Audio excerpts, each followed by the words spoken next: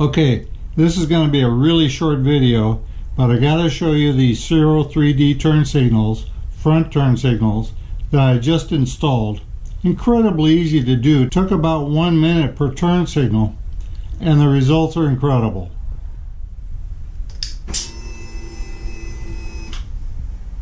So you can see the turn signals are now white running lights, a halo white running light, and then I'm going to turn the turn signal on now. Then when you activate the turn signal, it's amber. Cool, huh?